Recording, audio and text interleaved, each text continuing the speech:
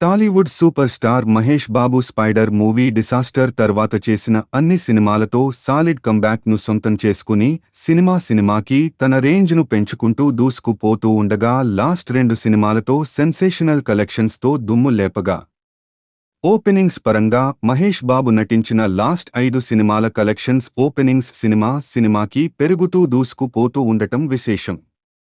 కానీ ఇప్పుడు సంక్రాంతికి భారీ పోటీలో రిలీజ్ అవ్వడానికి సిద్ధమవుతున్న మహేష్ లేటెస్ట్ మూవీ గుంటూరు కారం సినిమాతో మాస్ రచ్చ చేయబోతుండగా రీసెంట్ టైంలో మహేష్ బాబు నటించిన సినిమాల మొదటి రోజు తెలుగు రాష్ట్రాల ఓపెనింగ్స్ లెక్కలను ఒకసారి గమనిస్తే తెలుగు రాష్ట్రాల్లో మహేష్ బాబు చివరి 5 సినిమాలు మొదటి రోజు కలెక్షన్లు సర్కారు వారిపాట 36.01 కోట్లు, సరిలేరు నీకెవ్వరు 32.77 కోట్లు, మహర్షి 24.68 కోట్లు, భారత్ అనే నేను 23.52 కోట్లు, సఫీడర్ 16 కోట్లు.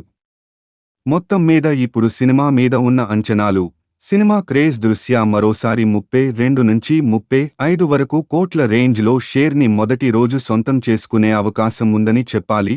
సినిమాకి టాక్ బాగుండి షోకి కలెక్షన్స్ పరంగా రామ్ పేజ్ ఉంటే మొదటి రోజు లెక్క ఇంకా పెరిగే అవకాశం ఎంతైనా ఉంది.